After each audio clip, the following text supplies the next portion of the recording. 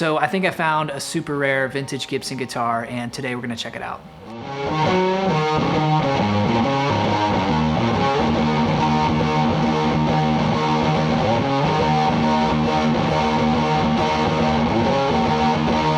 All right, everybody, welcome back to another episode. I've got something really special in this old Gibson case here, and some of you may be able to guess what's inside, but I purchased this guitar a while back from the original owner's family. Sadly, the owner had passed away, and it's a very unique guitar. It's a very rare custom color instrument from the golden years of Gibson. And the guitar itself tells a really cool story, so I think you guys are gonna enjoy it today. I'm gonna talk about some of the history behind this guitar and also play it for you, of course, and we'll hear how it sounds. So why don't we go ahead and check it out. So inside, we have a 1964 Gibson Firebird 3. Now, Gibson came out with these guitars from 1963 to mid-1965.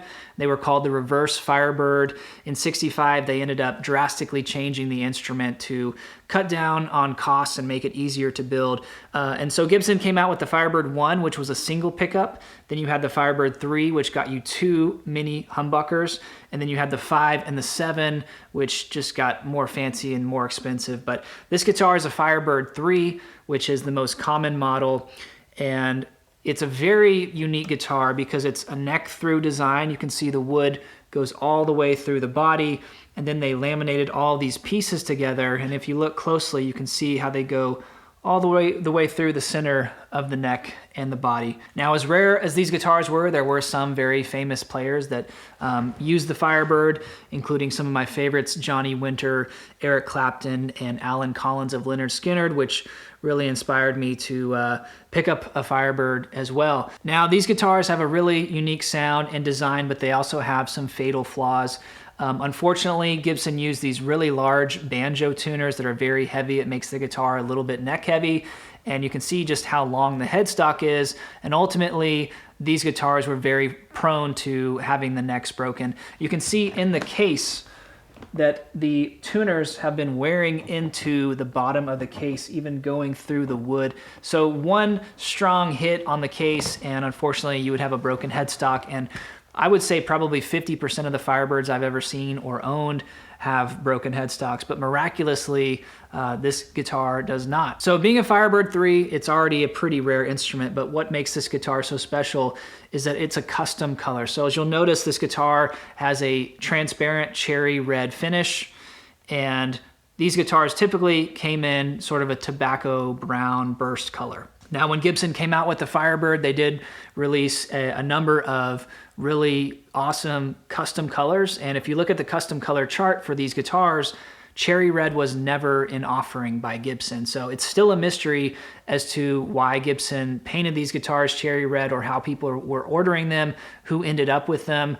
I've tried to research it. I can't really find any information, but I do know that the cherry red is a very rare custom color, and I've only seen just a few others. Now, I do love a good player grade instrument, and despite this guitar being original, unbroken, it does have a couple modifications if you haven't noticed. So a Firebird 3 would have 2 Firebird mini humbuckers, as you call them. And you can see someone has put in here a nickel cover Gibson humbucker that would likely be from the early 60s, perhaps out of an SG or something like that. And a lot of players did this. Alan Collins, I believe, put a P90 in his Firebird. And the neck pickup on these sounds amazing. It's really smooth sounding, but the bridge pickup can really sound weak. So I've seen a number of these guitars modified over the years, and this is a common one to put a humbucker in here. They also added a tune-o-matic tailpiece with those nylon saddles, I believe, and then you have your wrap tail here. So this is kind of a Les Paul 335 setup, which makes it really unique. I mean, some people might say that this is functionally an upgrade for this guitar, but of course, you would not want to be doing that yourself on such an instrument. It's also got some really unique strap buttons with a Firebird, or strap locks rather, and I've never seen those before, so that was kind of an interesting touch. But when I got the guitar, opened it up, and in the case was this box here. labeled 1964 Firebird.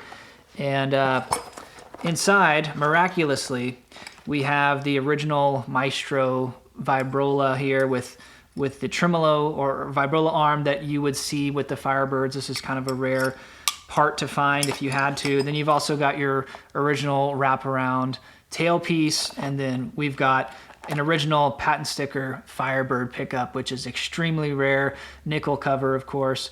I guess when guys swap the pickups on these, they just threw the originals away or whatever, but you rarely ever see these for sale or especially included with the original instrument. So it's pretty amazing that the original owner kept the original parts to this guitar in the case all these years, and who knows when these modifications were done just based on the parts that were used. It looks like 1960s parts, but it could have been in the 70s, 80s, who knows when it could have been done. But so despite this all mahogany guitar being very kind of neck heavy in the design, the guitar itself is only like 7.5 pounds. It actually plays really nicely and sits very nicely when you're sitting down.